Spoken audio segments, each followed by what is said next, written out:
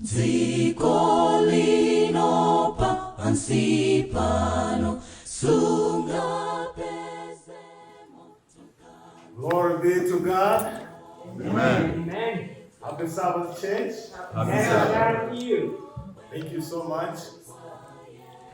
Allow me in a special way to express my gratitude to the leadership of the church for allowing me to come here and share the word of life. Amen. And also to thank God for making it possible, because sometimes our plans, if they don't sync with God's plans, it doesn't work. Yes.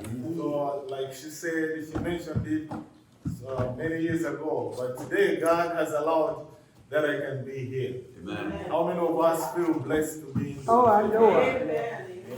It's so good for us to come and worship God. I'm so delighted to be here with my family and also to meet a new family. God is extending the family that I would expect to meet when we go to heaven. Amen. Jesus is coming soon. Yes, he We is. have one thing to preach about His second coming. When you see the events, when you see news, you can see that this world is ready for something not good but worse. But as believers, we know Jesus Christ promises that these signs shall be fulfilled. Then the end of time shall come. So as Christians, we should not lose our faith, but continue to trust in God. Amen. Yes. So today, as we want to break the word of life, share God's word, I want us to pray together with you. Our Heavenly Father, we come before you this morning with thanksgiving, praise, and honor. We praise you because you are God who makes things possible.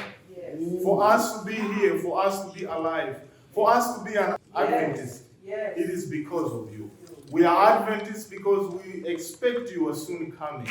Therefore, Lord, we know we have got our worries, our challenges, but Lord, help us to put them aside. We are here to listen to your word.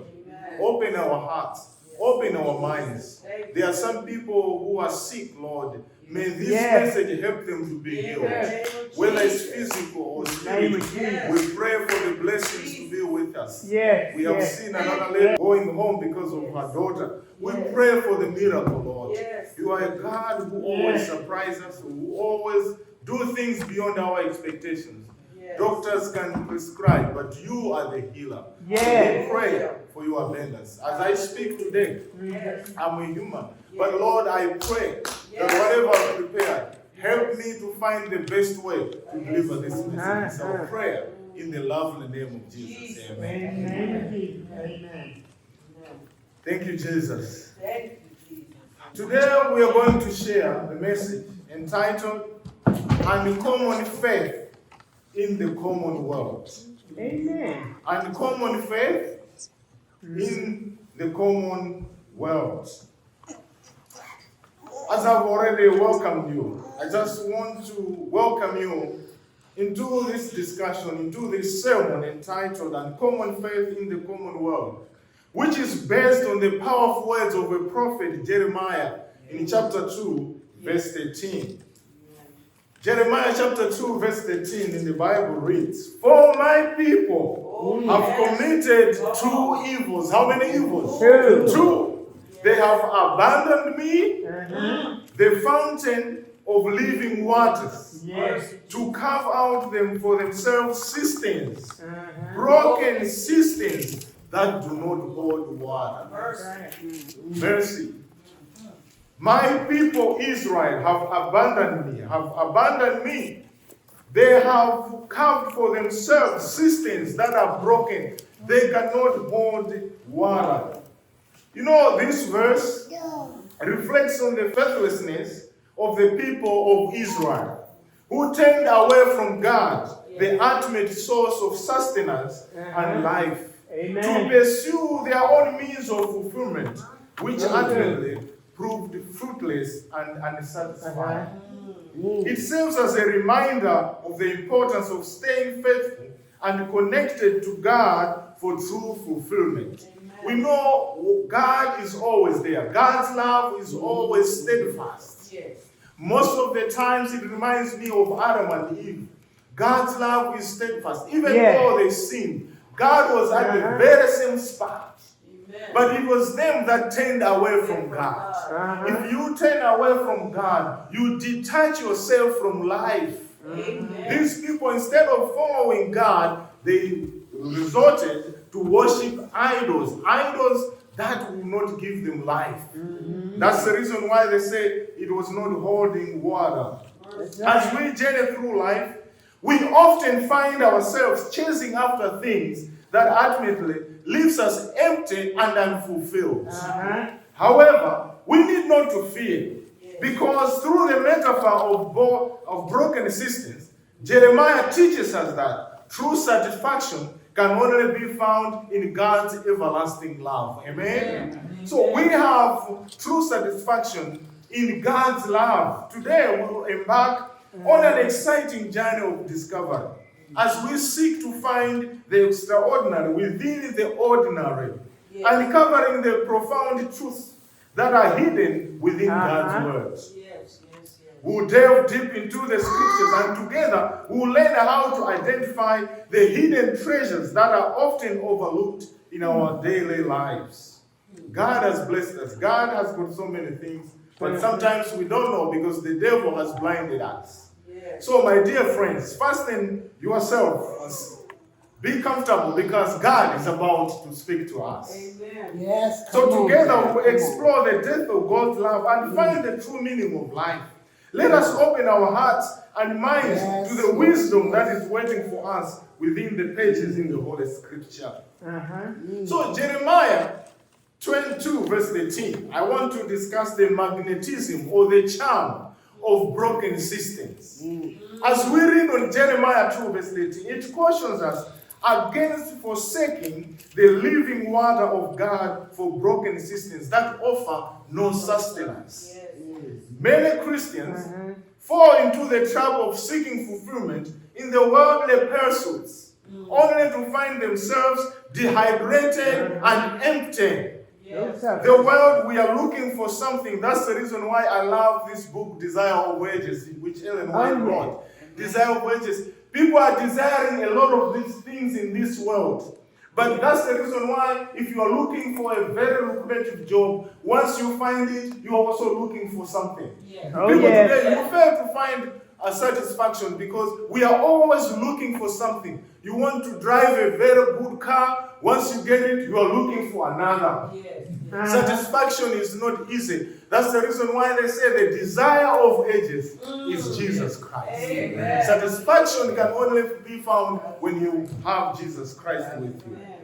So today, as we look on this, we find that like a broken system, the promises of material wealth and societal success fail to quench our spiritual thirst and leave us longing for something more substantial. That's the reason why people will be asking, why is he doing this? Is he not satisfied? It is because our satisfaction, if it is based on things that are common, we will always cry. We need something uncommon faith, something beyond the things that are material. And that is our hope, our faith in Jesus Christ. Amen. One of the challenges, for us to discern the uncommon faith from the common. One of the greatest challenges Christian face is to distinguish the uncommon from the common and the rare from the average. The desire to lead a life of opulence or abundance and excellence often clashes with harsh realities of daily existence. Young people seeking a partner may believe there is no good man, as a pastor. I have met young people, or some young people have come to me, or even not only young people, even those that are single, elderly people come to me and say, Pastor, it is very difficult for me to find the right woman for me or the right spouse for me. Most of the times it's because maybe we have compromised the values and settled for less than God's best. Such misplaced expectations can result in a life of genuine fulfillment and purpose. So throughout the scripture, we find that there are examples of misguided pursuits for satisfaction. An example of one person is King Solomon, who followed the desires of his heart. Yes. Renowned for his wisdom, fell into the trap of fulfillment in material wealth and earthly pleasures, only to declare as vanity.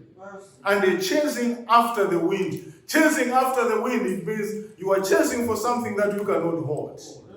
So he was prosperous, he was a mighty king, but because of his desire, which was detached from God, he started chasing for women. He started chasing for things that were around him. He collected everything, but at the end of the day, he realized that he was empty. Imagine a kingdom ruled by a wise king who had everything one could ever wish for. Wealth, power, and influence. Some people have sat down to calculate everything he had into our dollar. He was a billionaire. He had more money. He had everything according to their time. But he found himself empty. But despite living in the palace of splendor, Solomon felt an emptiness that nothing could ever satisfy. He learned the hard way that pursuing worldly success was nothing, an endless cycle of satisfaction, a more illusion like trying to grasp the wind, as it says on Ecclesiastes chapter 2, verse 10 and 11, where he found himself chasing after the wind, and at the end of the day, he found himself empty. Yes. Do you sometimes feel the same? After trying to do a lot of things, and you find yourself, you are empty. Solomon's journey serves as a warning for us all, reminding us of the dangers of focusing on the temporary treasures of this world. He urges us to look beyond immediate pleasures and focus instead on the eternal promises of God. That's what we are supposed to do. True fulfillment and lasting joy await us in the eternal kingdom. Let us take inspiration from Solomon's lament and turn our hearts towards it, where true riches await those who seek the true kingdom of God and his righteousness. As he says on Matthew chapter 6, verse 33. Seek first what? The kingdom of God and what? And his righteousness. I love the last part. It says, and all things. When he says all things, things that we are looking for us will be added unto us. God is ready to open blessings upon us. Like he says on Deuteronomy chapter 28, we are not made to be tails. We are to be heads. You know, it is something that we need to carry. We have a blessing already. God wants us to be the head. If we are the tails in this world, it's because we are looking for the uncommon faith in the common world. We need to turn our faith. We need to look up to heaven and ask God to say, what is the secret? In God's word. That's the reason why for us as Christians, this is our compass. This is our direction. This is our GPS. If we have to be successful, let us use this. But today we are using different philosophies, different counsels that we get around our friends or our peers. And most of the times, they give us directions that is wrong. You know, unfortunately, we are in the world where logic is the way of life. If it doesn't make sense, it means we cannot use it. You know, sometimes they say faith sometimes does not make sense. Because most of the things, if you try to prove them logically, it will not make sense. That's right. For example, someone who is poor, someone who has no money, and you get $200, somebody hits you. You have not paid your electric bill. You have not paid for this. And somebody says, oh, you need to take 10% of our. Does it make sense in human way? No. It does not make sense because you feel yourself and you sit down and you start rationalizing. And most of the time it will be like, you know, God knows, God understands me. You try to forgive yourself. You rationalize everything and you say, God will understand me that I am not returning a tithe on offering because I'm in this predicament. Once things get well, I'll be able to do it. Do things get better? We cannot solve our problems by using the wrong means. We need to follow Jesus Christ. You know, there are other examples that are in the Bible. For individuals from the Bible besides Solomon, who pursued success outside of God's will and faced the disappointment. These stories highlight the importance of seeking guidance from God's word and fellow believers. Number one is Samson. You know about the story of Samson? Yes. In the book of Judges, Samson is known for his incredible strength and made impulsive decisions that led to his downfall. You know, this man was bestowed with so much power. He was able to kill the lion. He was able to kill the people that pursued him. But because he allowed his pursuit of personal gratification and revenge to his judgment, instead of seeking God's guidance, it did not end up well. He disclosed the secret of his strength to Delilah, which ultimately cost his physical strength and freedom. The man who was a free man, now because he revealed the secret, he told his wife to say, if you just cut my hair, that's it. He revealed, you know, the devil is so clever. The devil is so charming. He will always try to allure us, to move us, to push us, to do things that are not right. This man who was powerful, he sold his freedom because of his lust. He married a woman that even the father told him that you cannot marry. God told him that if you want to find a wife or if you want to marry your own. God knows the power of peer pressure. God knows the power of influence. You know, most of us today are influenced by those that are surrounding us. That's right. That's the reason why they say, if you want to be a billionaire, walk with billionaires. You cannot associate with people that are opposite of what you want, unless you're going there to preach the gospel. I know Paul said that when he met those people without the law, he behaved like, he did not say that he became, but he just behaved like one without the law. And for those who knew the law, he behaved like one of them. But why he did that? He said, for the sake of the gospel. You know, there are some other things for the sake of the gospel who associate with people, but with a purpose. But today, I want you to draw a line. There's an association where you are there without a purpose, and you can easily be influenced.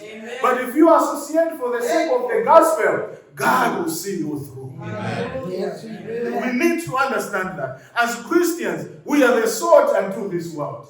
We are not to isolate ourselves. That's the reason why we don't promote Adventists having their own home, having their own place where nobody is there. We can mingle, we can sit wherever we are, but let us be the beacon of light. Right in the corner where you are. You are to influence as the light put on the hilltop. Everybody must see us. You know, sometimes I always say, we have preached enough. But people are still waiting for the results of our sermons. Do we leave the sermons out when we go out there? Because people will say, these are Adventists, they preach good, but their life, when we go at work, when we go in different places, do we reflect Christ? That's one of the things. That's one of the things that distracts others from following Jesus Christ. Another one is Judas Iscariot, one of the disciples of Jesus. Judas, one of the disciples, desired wealth and power more than spiritual riches. This man had opportunity to be with Jesus. How many of us would have loved to be amongst the disciples? There were so many people. He was like, even for him to be amongst them, he had to come and plead. Jesus even dissuaded him from following, but he still gave him a chance. You know, I love Jesus. Jesus can know you are wrong motive, but will still accommodate you. He gives you opportunity. When he was preaching on the mount, Judas was there. Judas was the treasurer. He heard all the messages, but at the end, because his heart was detached from God. He pursued for wealth. He was able to sell the Son of God just because he was following the uncommon in this common world. He was following the pursuits of the world. He was looking for something to satisfy his daily need, not knowing that there is everlasting kingdom that is coming for those that are faithful. Judas' story serves as a reminder of the perils of putting personal gain above God's will. You know, there's another one, Lot's wife. In the account of Genesis chapter 19, verse 26 up to 30, one learns about the fate of Lot's wife, who disregarded the caution not to look back to Sodom and Gomorrah, which was something that she did, and she was turned into the pillar of salt. God warned him. God warned her to say, everybody in the family, that when you are living outside Sodom and Gomorrah, don't turn back. No more turning back. That's the reason why they say, I have decided to follow what? Jesus. To follow Jesus. I have decided to follow Jesus. I have decided to follow Jesus. No turning back. No turning back. The devil will try to allure us. The devil will try to entice us to look back. You know, she remembered all the glory she had. She could not believe that they would leave everything behind. She turned. It was just a simple thing. You know, sometimes you think that it was only training. I'm not doing much. But God said, do not turn what? Do not turn back. How many of us, after being Christians, we are still turning back? We are still trying to associate. We are still, as much as we are not maybe drunkards, or we are not going there full time, but we are turning back. You know, God wants us to be faithful 100%. On our own, we cannot. That's the reason why we all seek the righteousness of Jesus Christ. Once we dedicate our life in Jesus Christ, Jesus is there to help us to stay faithful. Her strong attachment to the material world transformed her into a pillar of salt. This biblical tale poignantly reminds us of the consequences of prioritizing earthly cravings over faith in divine guidance. Number 4, King Saul. Yes, sir. You know, this king, initially chosen by God to lead Israel. King Saul allowed jealousy and insecurity to drive him to make decisions contrary to God's commands. Let me just pause a moment. You know, jealousy is one of the worst diseases that we humans have. We don't like to see other people succeeding. We don't want to have other people have better things than us. Sometimes we need to appreciate, if you want to be happy in this world, learn to be happy when others are succeeding. No, that's the secret. And they say, when you see others, so he allowed jealousy to control. When he heard that there was this man, David, who was to become a king, he trusted, pursuing him, wanting to kill him. You know, there are other people today. Maybe we are not murderers in the sense that we are taking a knife or a gun to kill someone. But how many people we know that we have killed their future, maybe because we lied against them. Or maybe we did not tell them about the opportunity that opened up for them. Sometimes you might hear that they are looking for someone who are with a qualification that you know. Instead of you telling them, many of us have kept that as a secret. But I want to tell you, if you want to be successful, learn to be happy when others are happy. Yes. You always enjoy. So King Saul allowed the worldly pleasure, allowed himself to be controlled by anger. Instead of seeking wise counsel from someone and staying grounded in God's word, Saul turned to his impulses, leading to his tragic end and the loss of the kingdom. As we read on 1 Samuel chapter 18 up to chapter 31, you hear the story about King Saul. Samuel tried to caution him, but he ran away.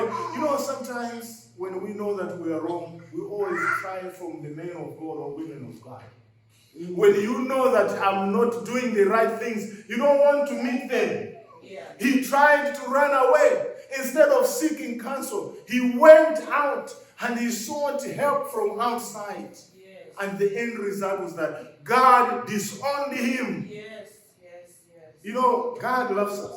But if we have sin, God cannot associate with us while we are in sin. He pleads with us to accept, to say, Lord, I'm a sinner. So in a nutshell, the stories I've shared emphasize the importance of seeking guidance from God's word and gaining insight from fellow believers in every aspect of life. You know, as Christians, we need to have somebody, an accountability partner. Do you know what an accountability partner is?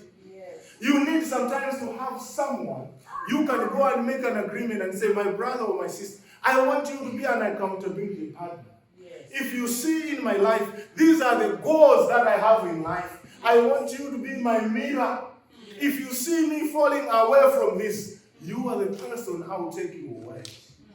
Let that person know. Let that person be praying for you. Because many of us today, we are living, but we don't have our accountability partners. We need someone, as Christians, we need someone besides the pastors. Besides, you can have someone, it is not only the pastor is there to shepherd us. But we can have someone we trust, someone we know who can help us, somebody spiritual. Because sometimes we just get partners or accountability partners who are only there to please because they are also looking for pleasure. Because telling someone the truth, you should expect that your friendship can continue or might discontinue. But have someone who is an accountability partner who will not care whether to lose your friendship, but at least will tell you the truth. That's what we need to do. But this young man here decided to run away from God. Engaging with scripture and joining a community of faith can prevent us from falling into the traps of chasing success and happiness outside of God's plan. You know, this is very good for you to join the church. The church is a place you have joined this community. Praise God. This community will help us. We pray for one another. You know, there are people today who are churchless. They hate the church. They think that the church has lost its value. But it is something that God wants us to do. We should not stop coming together as a church. Every Sabbath, let us come, warm each other like how we do when we are cold. Have you seen kids when it's very cold, they don't have enough? They'll come together. They'll come together because they will share the heat. When we come over here, we have been bombarded. We have been bamboozled by the devil. We come to the church here to warm each other, to encourage one another, because we are Christians. Let us feel that energy, that love, that interest that comes when it is a Sabbath day. You know, this ensures that our choices align with intentions, leading to true and lasting fulfillment. You know, real life experiences of missed opportunities. Let me come down to our lives now. You know, and those around us. We witness consequences of following philosophies of success that are not aligned with God's will. Individuals who prioritize career advancement over relationships find themselves lonely and unfulfilled. You know, sometimes we live in this economy. It is very busy. Sometimes we can look for money more than our relationship with our family, than our relationship with God. We can get a lot of money. There are people today who chase for money at the expense of their homes, and their homes are broken. We need to strike a balance. We need to find time in our business. Let us create a space for us to bond, for us to love one another. Money should not just be the goal. I know the economy is too hard. But we as Christians, we know God who feeds the ravens that do not even have a garden. He will feed us if we are faithful unto Him. God will provide unto us. Let us not disregard our homes just because we are looking for worldly pleasure. And others who chase after status and recognition, end up feeling hollow and empty despite outward appearance of success. You know, people today, they are looking for status. I'm a person who is on social media. I see how people are looking for likes, how people are looking for followers, how people, they can become so low. Today, when you go on internet or on social media, you see a lot of people today will even go half naked out there just because they want people to follow them. They are looking for fame. They are looking for status. That is looking for the uncommon faith in common places. We as Christians, we can be on social media. The reason why I always tell people that some people, they just share on social media and say, oh no, there's so much evil. As Christians, we are the salt. We are to mingle. But let the people see the difference. You can have your YouTube channel. You can have your Facebook account. But what are you doing on your Facebook? When people come there, let them see Christ. Amen. Because if we leave them, those people on social media, I was talking to someone as a pastor who said, I don't promote social media because people don't come to church. When you're on social media, that's the place to meet them. And you have to download them to the church. You have to bring them to the church. How do we do that? When you are there, pray for people. You know, there are so many things we can do on social media. Let me share with you. Do you know that there is power in prayer? If you just have your account, even the church account here, Facebook account, and you are just saying, today we are praying for women that are single. I'm praying for them. And put it over there, that prayer. You will be surprised how people will be following. And if you can say that, once you have the following, you can tell them that tomorrow I'll be praying for those people. And if you are free, come and meet us at that place. That's how you bring people from social media to the congregation. Therefore, it is important for us. Even sometimes, people today, they don't come to church for every question. When they have their issue, they go on social media and search how to find a life partner. So make presentations that you put online so that when young people type that, they find that, oh, their pastor has a presentation there. Oh, the church member, they have something over there. They will read that and they will know where that person is. When they need help, they will come to this place. Therefore, on social media, it is not a place for us to settle, but for us to meet. You know, they say Jesus went to places because there were people. Jesus went to where people were. Even if you was today, on social media today, look at the statistics. There are so many people out there. Do you think Jesus would say, leave them alone? No, if Jesus was here, he would have been on social media. He was a communicator. He traveled. He used all the roads. He went everywhere. He used the parables because that was the way of communication at that time. God is a communicator. So as Christians, we have a role that we should use the opportunities God opens unto us, but not looking for status. I don't like whatever you post like, because some people, they get distracted. Oh, I posted something. Only 3 people have liked it, and you stop. Don't stop. You know, there are some other people, they don't comment. They just read your stuff. And for you, one thing that I've learned as a pastor, never be concerned about conversion. Amen. Because conversion, it is not my power. Be concerned, Jesus told us to say, go out and preach the gospel. We are there to preach. Let the people decide. Even when those people accept Christ, they may not come to you that I was converted because of your sermon. Glory be to God, because they found Jesus through your ministry. Those are the pins, those are the crowns that you will be given when you go to heaven. And you'll be surprised somebody said, I am here because of the post you posted on your life. We need to understand that time has come. And another one, like the story of the prodigal son. The prodigal son squandered his inheritance because he was seeking for pleasure. He drifted away from God and he went everywhere. You know, if you want to position yourself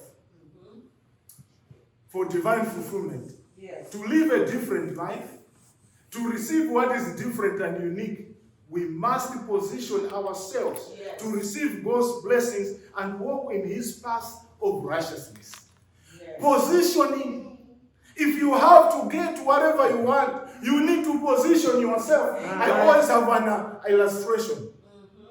If you want to catch water, you need to have a well. Amen. And that well must be positioned well to the point that when rains come and the water is coming, it can come to your well.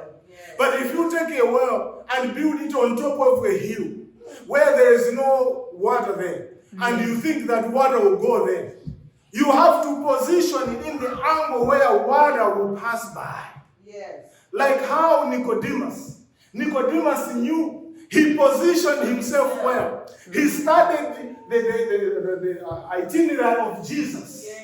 He knew that there were so many roads, but he knew that which road is Jesus using. He positioned himself. There were so many trees. He could have gone in any other tree, but he looked for the tree that was positioned to the direction. He knew that if I am here, when Jesus is walking, his eyes will be straight on me. You know, our problem most of the time, we don't know how to position ourselves. And common faith in the common world, we look for salvation on things that are not that. We need to position ourselves. One of the things that we have to do is for us to ask Jesus, because have thy own way. Have thy own way. We need to follow Jesus' way. Amen. Otherwise, the world today has come up with so many ways of finding salvation. But at the end of the day, we'll be like Israel. We have dug for ourselves the systems that do not hold water. And at the end of the day, we are disappointed because we are dehydrated. We feel empty because we did not follow God's direction. So Proverbs 16 verse 9 reminds us that the heart of man plans his way, but the Lord establishes his steps. If we have to be successful, we need to follow God's way. We need to follow God's steps. It is only in surrendering our plans and desires to God that we can truly discover the uncommon treasures He has in store for us. God has got things for us. That's the reason why prayer is very important to our lives. The redemption power of divine intervention. Despite our failures and our mistakes, God's grace and mercy are ever present, ready to redeem and restore us to a place of abundance and fulfillment.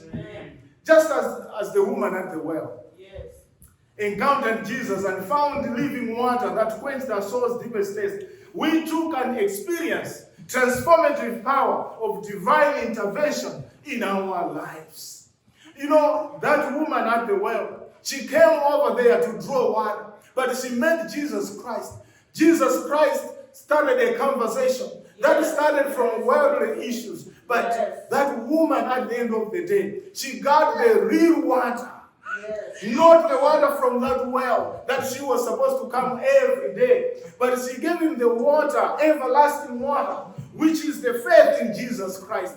And she went out happy. She became an evangelist. She went everywhere and told people that there is a man down there. When you are converted, when you meet Jesus Christ, you'll never be quiet.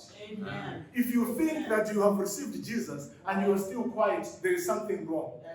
God's love is so powerful. It is infectious. It's like a smile. There are some people who are gifted with a smile. The moment they smile, everybody's face is radiating with a smile. When we have Jesus Christ, we feel like how Jeremiah and Ezekiel felt like it was like fire in his bones. You always want to go out there and share God's word. How many times will you go to work? Opportunities manifest themselves over there. Some people complaining about their challenges, but sometimes we're just quiet. We always think that, oh, I wish Pastor was here. She could have helped this person. I wish that man was there. You know, sometimes it's not about preaching, but just be kind. Sometimes just understand, many of us today are busy. When someone is complaining, we have no time to listen. Just sitting down, when someone loses even a family member, most of the times we go there, we start talking. Sometimes people don't need you to talk. They just want you to go there and sit next to them. Say nothing, but your presence there is preaching. It makes a difference. Therefore, as the woman at the well encountered Jesus, we too can also draw from the living waters. Aligning our desires with God's will is crucial in our life. This way, we can break free from mediocrity and enter a life of extraordinary fulfillment and purpose. There is a redemptive power of divine intervention. The story about Ruth teaches us to choose obedience over convenience. Embrace the uncommon path and position ourselves to receive what is different. The story about Ruth, when she was there, she chose to live a life not common to others.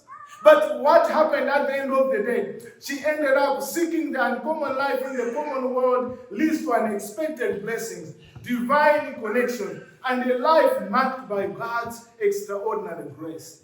Because of positioning herself in the way God was to pass, she was able to position her in the field, and there she was able to meet someone who married her. We as Christians, we need to learn to follow God's way. Even majority of the people can discourage us, can even push us back. But for her to be at that place, God was with her. God helped her. Let me share with you some strategies for living a fulfilling and uncommon life. Number 1, prayer and meditation. Cultivate a strong prayer life and meditate on God's way to align with His will and receive guidance. Prayer, that's the most powerful thing. People have studied today. They say that there are 2 things that activate the left brain and the right brain. 2 things. When you are left brain, most of us, some of us are left brainers and some are right brainers. What does it mean? It means that the way we operate, the way we make decisions, it depends on which side of the brain that we have. But they say that people, whatever you listen to, if you are using both brains, it sticks to your brain. So they discovered to say there are 2 things that activate the left and the right. Do you know that number 1 is prayer? And number 2 is music. Music and prayer activate the left and right brain. They open up when you are praying. Your entire brain is at work. It is open. And music, this is the reason why you might forget everything, but music will stick in you. That's the reason why in school, when they are teaching kids, they use music, because whatever you learn through music will stick there. Yes, it will. The teacher can talk the entire day. You will forget. But if you sing everywhere, you will remember. Therefore, prayer and meditation opens our minds to God. That's when we operate at our best. How many of us have opportunity every day for prayer and meditation? We miss that. Number 2, another strategy for living a fulfilled and uncommon life, community and fellowship. Surround yourself with like-minded believers who can support and encourage you on your journey towards uncommonness.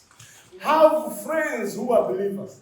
Besides having others for the sake of the gospel, have others also from your church. Those who believe like you, who can encourage you, who can give you counsels, because those are the people that will help you to know the way. Number 3, action and intention. Take intentional steps towards a personal growth through education, self-improvement, or service to others. Have time to study, or even to educate yourself, or be of service. Every church has got different ministries. It is important for us to sign up with another ministry. Let us be involved. Christianity is not something that you have to sit down. We have to be active. Number 4, gratitude and contentment. Practice gratitude for the blessings you have received and cultivate contentment in every season, trusting in God's provision for your future. Amen. You know, these are some of the steps that we can have. Yes. As we are going towards the, I want to conclude by saying our time together here. Let us reflect on the wisdom of Jeremiah's words in Jeremiah chapter 2, verse 13. And the cautionary tale on relying on broken systems. In a world that often glamorizes pursuit of external success and extravagance, may we be reminded of the beauty found in simplicity and extraordinary faith that blossom within the common world. Rather than conforming to the society standards, let's allow God's living water to quench our deepest longings and lead our lives that are truly different and unique. Because for you to be different, you have to live a different life. Amen. That's right. Repeating the very same mistakes will not change the result. Yes. We need to find a better way for us to change. And may our faith be uncommon in the eyes of the world. They will laugh at us, but if we know who we are following, we are not worried about us. That's right. Radiant with the light of God's truth and grace, as we embark on this journey of discovery, the extraordinary amidst the ordinary.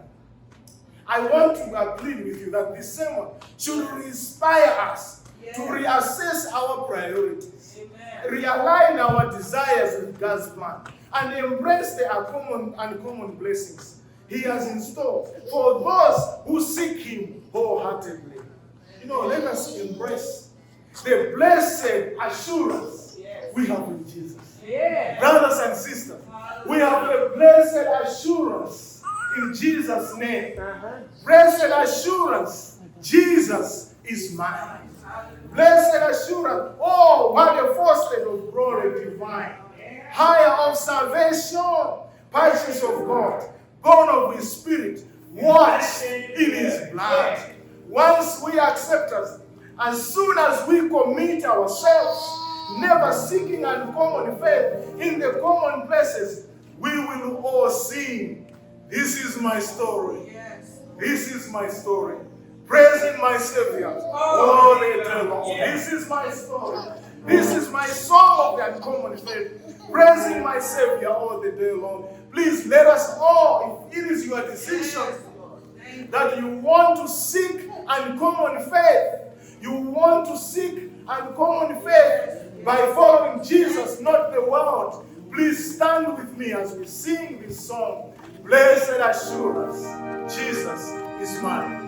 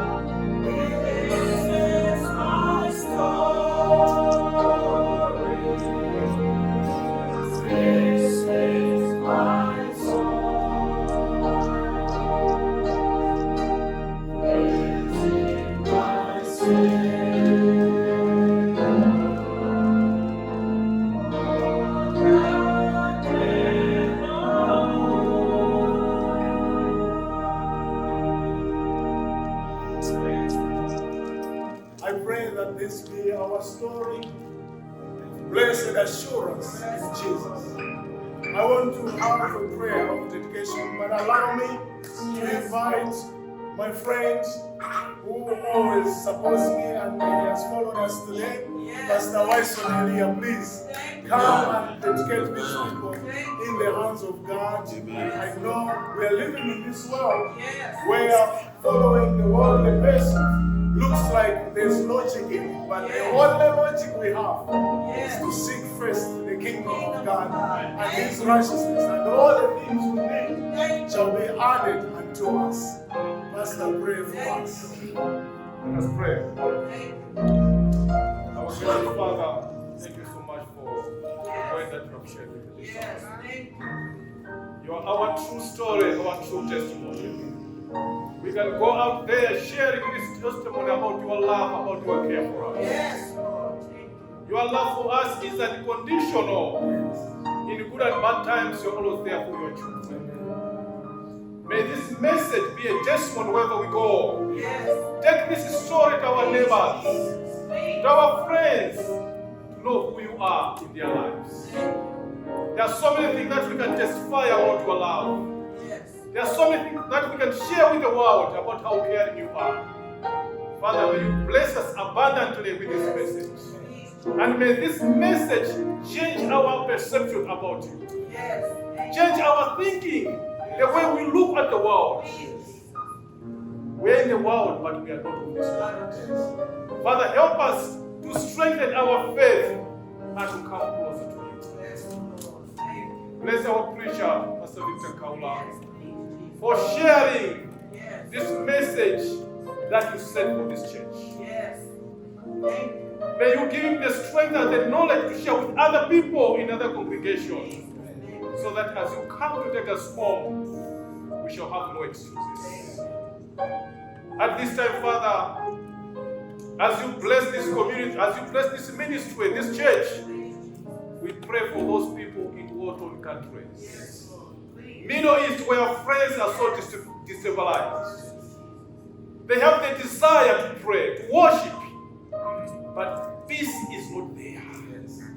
As you bless this community, this church, the leadership of this place, and the membership, remember those people and bless them and meet them at their point of need.